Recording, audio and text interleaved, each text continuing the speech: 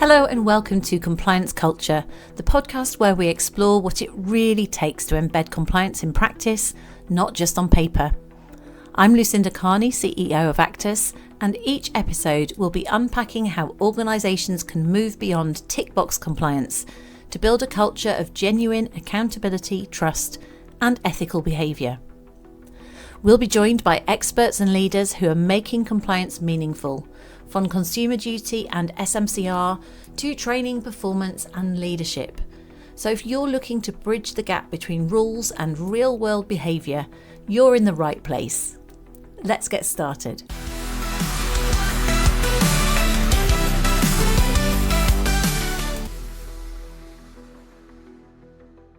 Hello and welcome to this week's podcast. And this is an interesting one because it's, again, a topic that straddles both the podcasts that we're running at the moment, whether it's HR Uprising or compliance culture, because we're going to look in on the topic of governance in terms of AI. And as we know, governance is a key issue for HR professionals, but equally in terms of compliance, another aspect. And AI is ubiquitous. We've really got to work out where we are with this. So I'm really delighted that I've got an expert on this topic, John Rood, to talk to us today. He's a founder of Perceptual, and Perceptual provides AI governance and compliance implementation consulting as well as training. Hence, we've got hats on for HR and for compliance professionals. So John, would you like to just explain a little bit about your background and how you became expert in this area? Sure, Lucinda, absolutely. So we've been working on Perceptual for about 3.5 years now. So we started in 2022, which was really just the Wild West in terms of AI governance and regulation. So that was the period well before sort of these like major international regulations, which I know we're going to talk about. EU AI Act, that was sort of in the process of being written.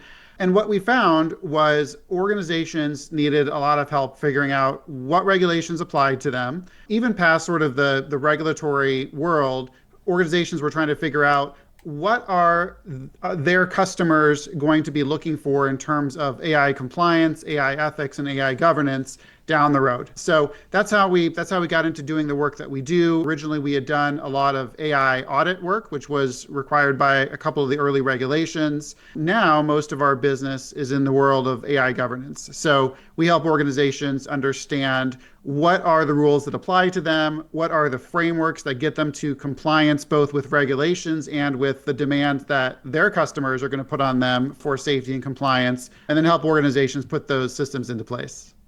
I mean, so you really were ahead of the curve then 3 years ago, because I think some of the things that you've been ensconced in for 3 years plus, it feels to me like really 2025 for a lot of the people that I work with has been the first time that people are really feeling the impact of AI. So it may well be that we need to go back to basics here in terms of our HR professionals and if you're in compliance. And I suppose with that in mind, what should we be aware of and why should we be alert? And does it definitely sit? Well, where does it sit, AI governance? Who should be responsible? So that's an amazing question. I love that question. And the answer is it's a responsibility that goes throughout the organization. There's a couple places where it ends up sort of like landing. And one of the places is in the HR world, because every regulation around the world of AI will have something to do with the idea of AI bias or AI discrimination. So that's kind of a place where, I think that HR professionals see it. And, HR professionals are not, like, the idea of bias is not new to us, right? So we've been trying to figure out, how do we increase fairness in our hiring process? And that's been an issue for decades all around the world. So that's not new, but now there's just a different kind of spin that we have to be thinking of.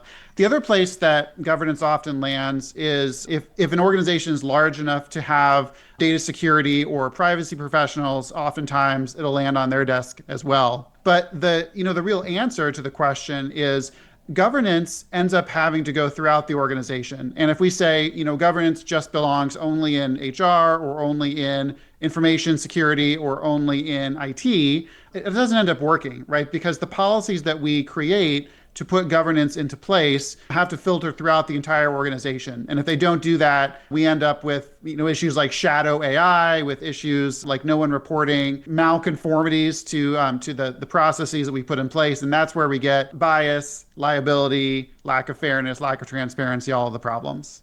So I might come back to that shadow AI because I don't know what that term is, so you have to explain that to me in a minute. But I was just thinking so where does it sort of impact? So I'm thinking if I'm it doesn't surprise me it sits with HR, because anything that has to become a process, well, HR gets done, most things are done on HR who don't know where to put them. But particularly if you're turning something from a task into a process, they often get to be the custodians of a process, a management process. But I'm also thinking if you're a compliance professional, often that's to do with you are protecting a firm from a regulator, so there's a defined set of standards, or maybe it's almost like legal, so which again is like a defined set of, like it's the law. So what are you protecting? What are you governing when it comes to AI? Sure. So in the, to answer the question that you had asked, what we're protecting in terms of compliance is against a number of the emerging regulations. So EU AI Act is kind of the primary one that most folks will be aware of and will be watching. That's very much a developing story. So even in the last 2 weeks, we started to get news out of Brussels that they're considering certain changes to the EU AI Act, which I think the spin from Brussels will be that it's just kind of keeping up with the times. The reality will be that the pushback on EU AI Act has been so strong that certain provisions are likely to be watered down, which again is that you'll never hear that word from Brussels, but that'll be the effect of it. So that's one of the primary things that from a regulatory standpoint, people will be looking for. But the other big one in terms of compliance is the vast majority of our clients end up coming to us not because they're concerned about regulation, although they are, but because they're trying to sell into a larger organization that's starting to demand AI governance. So the same way that, every organization is used to, you go sell into a big company, they come back and say, here's all of the requirements. You've got to have your ISO 27001, for example, for information security. Or your cyber essentials or something. Yeah, so if you're selling to company IT type stuff or cyber essentials or ISO 27000, okay, so it's like, exactly, because you want to sell, you want to operate there, you've got to evidence that you're compliant with something. Correct. Yep. Yeah. Okay. And the EU AI Act, I don't know anything about this, so therefore I'm going to assume that other people listening don't necessarily. Obviously, because the UK has managed to extricate ourselves from the EU. I don't know. We don't necessarily fall under it, I'm assuming, in the UK, but I assume that we will align with it. You'd think that would make sense as opposed to doing it ourselves. And I assume there's an equivalent in the US, is there? Is it called something different in the US? So the U.S. is a mess in terms of AI regulation. So there's no effective regulation of AI at the federal level here in the United States. And that's the case both with our current administration and actually with our last administration. So there's state by state regulations that a lot of our clients end up having to work on. That's actually much harder. It's much harder to have 5 different standards than it is to have just one, even though the EU AI Act is probably the most stringent international standard at this moment, I would say. So give me an example of something that's in the EU AI Act then. And also, if you said, I know they won't use the word watering down, what's the pushback on it? What's the kind of implications in terms of that? Sure. So I'm not sure what those implications will be. I think we're just hearing so many different things that when your listeners listen to this in 2 weeks, it might well be different from where it is today. So that's kind of a big I don't know, and we'll see. In terms of who this is going to end up applying to and what companies are actually going to have to do, what we found as we kind of looked back historically on EU regulation was that the EU oftentimes sets a global standard based both on their desire to act quickly on new items like new issues and the expansiveness with which they're willing to regulate. So the analogy that I always make is to GDPR, where GDPR, the audience probably knows more about GDPR specifically than I do, but what I've seen. Yeah, exactly. So every website has the cookie warning now, and everyone knows that they have to have some element of GDPR compliance. And that's whether you're in the EU, in the UK, in the US, wherever you are, it sets the global standard. So it seems likely that that's what's going to happen in this situation as well. Oh, so you think basically the EU might lead the way, and then if people signed up to it, which would be a simplicity, I guess, if it's a global standard. And what might that mean practically for an organisation? What might we expect to see coming down the line, do you think? So the first decision point for an organization is to look at what the EUA Act defines as kind of its like risk-based categorization of the uses of AI. So imagine it kind of like as a pyramid, where at the top there's certain uses of AI which are just banned, right? So things like social scoring, some facial recognition things, like some things are just banned. And I think for good reason. Like I think that those are all pretty reasonable. Then there's this middle tier, which are AI uses that are defined as what they call high risk. So germane for your audience, I think for both of your audiences, one of those areas is anything to do with hiring, promotion, like kind of the human resources function is in there. Finance is also in there, along with things like insurance, physical infrastructure creation, and there's like 5 or 6 other categories. So an organization which is using AI in one of those, again, quotes, high risk implementations has to do a lot of work. And I'm happy to kind of talk about that, but it's basically tons of process, tons of paperwork, tons of management systems to be compliant. Yeah, I mean, and maybe you set my brain thinking about it. And it is interesting that both our HR audience and our compliance audience, a lot of it's really about protecting people, isn't it? So the compliance audience, if they're FCA regulated, there's a lot of pressure on them to sort of protect consumers and treat customers fairly. And you can see how AI, if used unscrupulously, could treat customers unfairly. So you have to make sure that happens. And it's the same in terms of recruiting people. So it is that kind of impact on humans, if not used with great ethics, I suppose. And that probably is, from a professional organisation, people listening here are going to want to use something like this to, yes, be more effective, to use it in a good way and ethically. And I guess, and maybe that's the angle to go down in terms of if an organisation wants to embrace the regulations, make the most out of AI, how they can, plan to use it in an effective and ethical way. Yeah, I think that's a really good way of putting it. In the world of governance, we always think of terms of risk management. And so risk management is we identify the stakeholders, we identify potential risks, and then we're thinking about the probability of a risk occurring and the impact on people, mostly, that would have if it came to pass. So there's a whole category of things that are not defined as high risk, because even if those sorts of risks happen, like it's okay. So things like video AI and like video games, for example, like not that big of a deal if a video game cheats, right? But when there's an impact, exactly as you said, on a real person, that's when there's a substantial risk and a substantial issue. And I suppose what's tricky there that's gone into my head, and I don't know if there's an answer to this, but I'll ask the question anyway. It's kind of who governs the AI? Because I'm now thinking about what happens when, I don't know, a media organisation, when someone who controls it or has infiltrated it. So if we go back to the original stuff about bias in recruitment, wasn't it? The problem was that if you put in biased data, you get biased data out. So that sort of thing. So is there anything that can control that? The sort of the oversight of it? And I think the answer is probably no. I don't know, but that's the scary bit about it.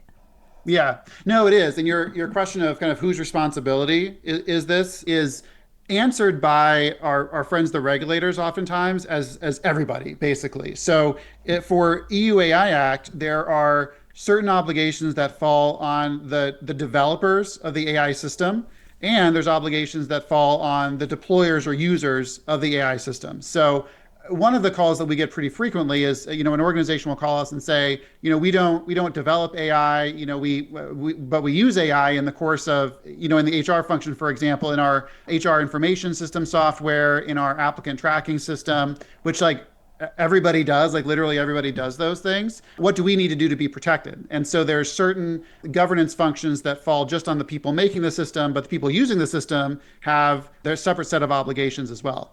And then looping back to your comment, sort of looping back round in terms of there are all these obligations, but it's all a little bit unknown. So it's really weird creating regulations in an unknown space, isn't it?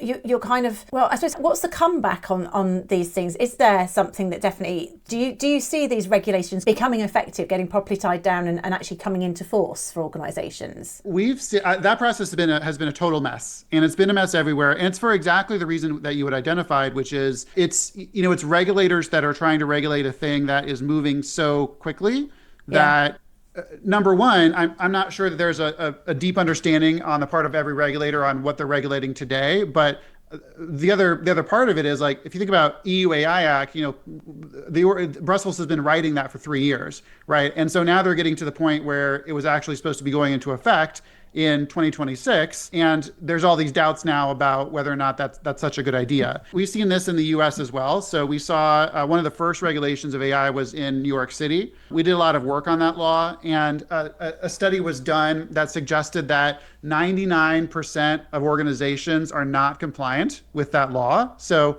companies have simply ignored that one, and City of New York has chosen not to really enforce it. So we're seeing all sorts of challenges that, are I think a nice way to say it would be growing pains as we all try to figure out what we do with this new technology as a society. And you can see that something that's evolving so quickly that the legislation is probably out of date by the time they've written it, if you know what I mean. That's the whole thing. That's the problem, isn't it? When people are pushing back on it, you were saying it was too restrictive. What are people not liking about it? The EU AI Act. Yeah, that's a great question. So from my perspective, as someone who works with kind of like mid-sized organizations pretty frequently on this, it's a couple of things. So number one is that there's not meaningful differentiation based on organization size. So I think if you asked, Brussels as a personified entity, if that's the case, they would say no, because there's some special things that they're supposed to develop for small businesses. Functionally, none of that has been done. So the regulations that fall on, Microsoft and, Google and, Siemens, for example, like huge global organizations, are much more similar than they are different than a regulation that falls on a 100-person organization. So that's, I think, one of the big challenges. And a large organization has obviously expertise doing sophisticated compliance work, whereas a small organization has never dealt with something of this complexity before. Yeah, and they haven't got the resources, time to be able to do it. Yeah, it's got to be proportionate. You can see why that would be challenging. Yeah, so going into, I'm just thinking about things like ISO. It's also not proceduralized or processed, or because things like ISO is 27001 is quite a good example, or Cyber Essentials, any of those where it can be almost as big as the organization applied, or you can apply it in a more of a narrow, proportionate way. But what you're saying is that they haven't got there yet with the AI. I can also imagine that some of the benefits of AI that organizations might have found they wouldn't want to let go of, or they've got used to using, if the restrictions then, if they see it as restricting them from competitive advantage or something in terms of how it works. Again, we don't really know where it's going, do we? I suppose going back to our audience again then, John, so if you were working with one of our customers or one of our audience members and they just want to put some common sense steps in place, prepare themselves, be ethical, what steps would you suggest that they put in place so that at least they sort of feel that they're readying for things before the regulations come out? It's a great question. So I think of it as 3 levels, and this is grossly simplified, but it'll give the audience a good idea of how to think through the problem. I would say kind of like the lowest level of risk are relatively small organizations who are users of AI off the shelf, right? They use Microsoft Copilot and ChatGPT Pro Edition, whatever, like those sorts of things. AI in their HRIS, those things. The very minimum level that every organization to me needs is there has to be an AI use policy, which that really is, in my mind, an HR document. Yes. I've been talking about AI use policies now for many years. In 2023, I talked to audiences like this, and no one had ever heard of that before. Now, I ask live audiences, and 70% of people raise their hands and say that their organization has an AI use policy. So that to me is just the absolute table stakes, because if you don't have control over how people in your organization are using AI, there's whatever else you're doing is not going to work, right? No other governance structure will work. So that's kind of the bottom layer that everyone needs. The next layer up is implementation of what I kind of think of as like a light governance framework. So this could be something like, here in the US, we have the National Institute of Standards and Technology has a AI risk management framework. It's a nice framework. It makes sense. It's relatively straightforward, not easy, but straightforward to put into an organization. So there we're kind of putting together the right policies to govern the AI process, and then kind of saying like, well, we did it, here it is, it's pretty good. The tippy top of the pyramid for large organizations, for developers of AI, for very risk-averse organizations, for example, our finance audience today, is installation of ISO 42001, which is AI governance, and official certification. So that's, organizations who are really looking ahead on this, who want to, make the investment today to be kind of future-proofed. That's the right solution today. So sorry, there is an ISO standard for AI, is it 42001? 42001, yeah. Oh, okay. So how long's that been out there? I think it was last year that it was introduced. I got certified as lead auditor on that last year. So I think it was early last year, but someone might correct me that it might have been 2023.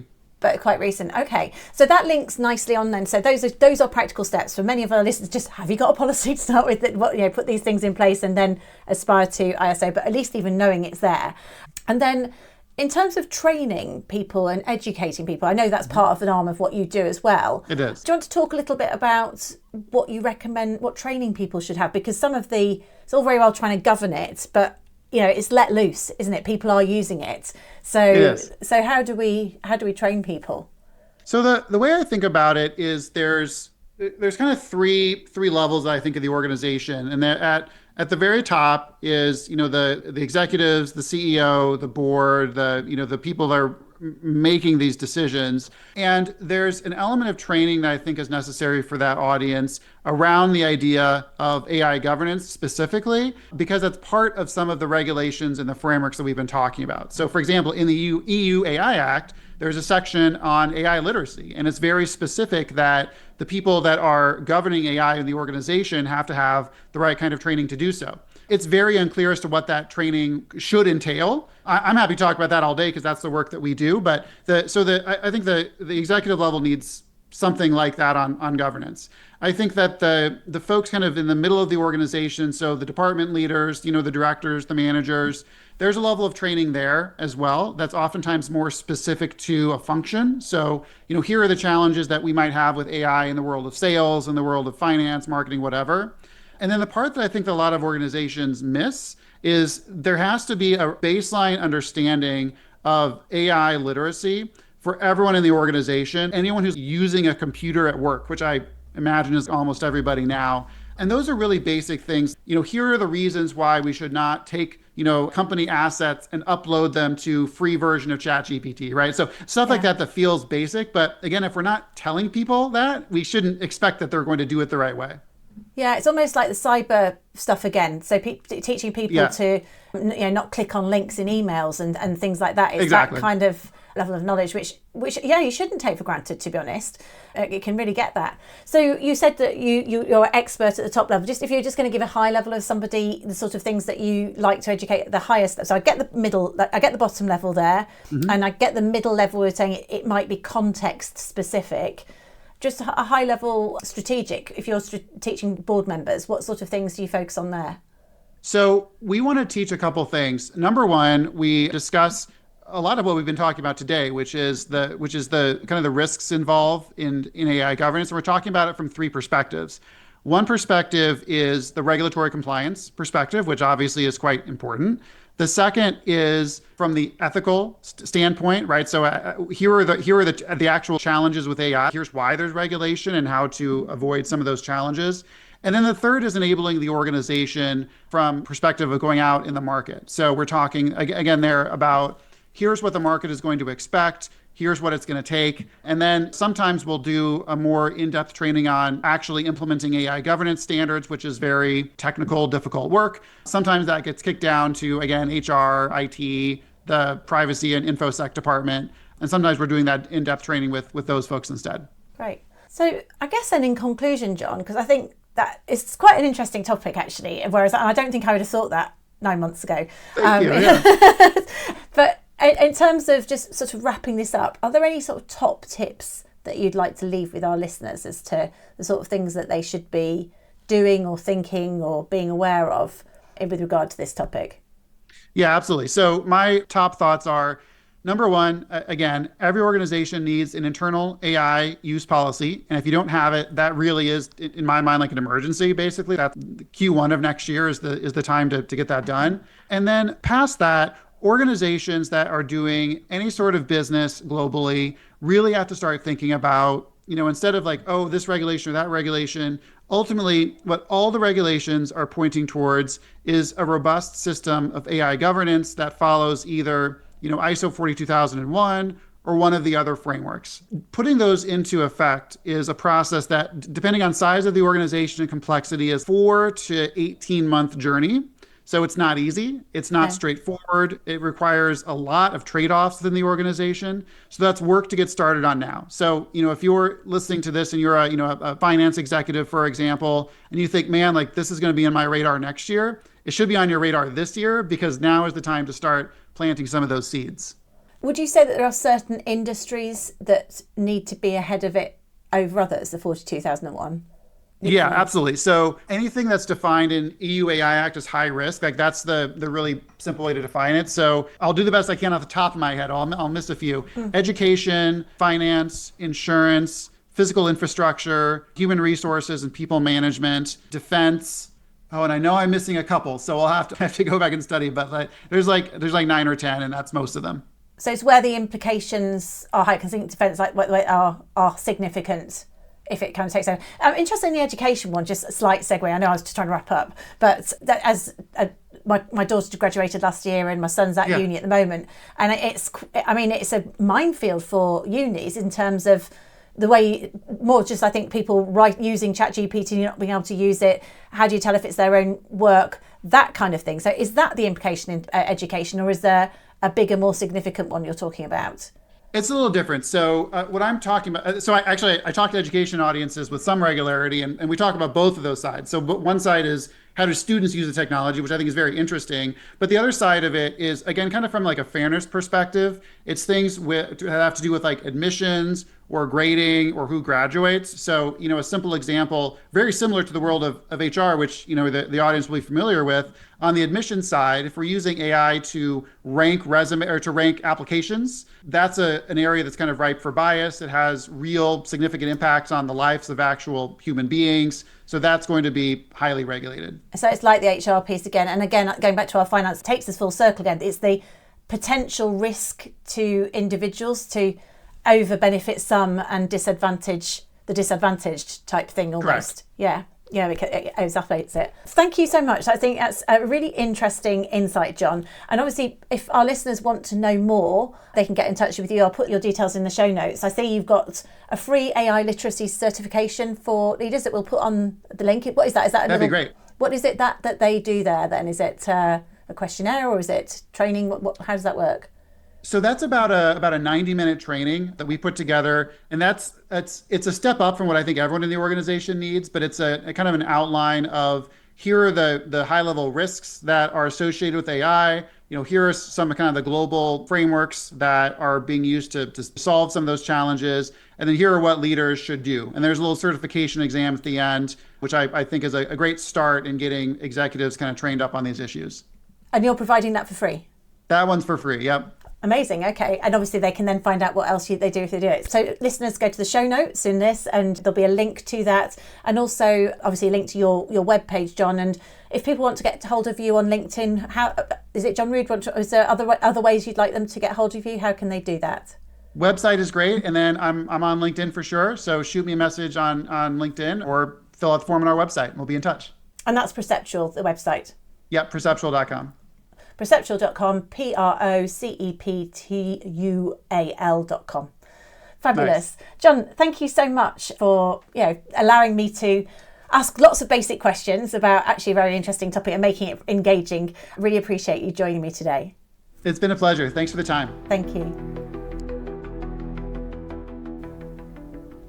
Thanks so much for joining me today on Compliance Culture. I hope you found our discussion was practical and insightful and helps us to see how we can all play a part in embedding genuine values-led compliance. If you'd like to know more about how Actus software can support organisations with performance accountability, consumer duty and SMCR compliance, why don't you visit us on actus.co.uk? The links are in the show notes. Don't forget to subscribe, rate and share the podcast and join me next time as we continue to explore what real compliance culture looks like in action.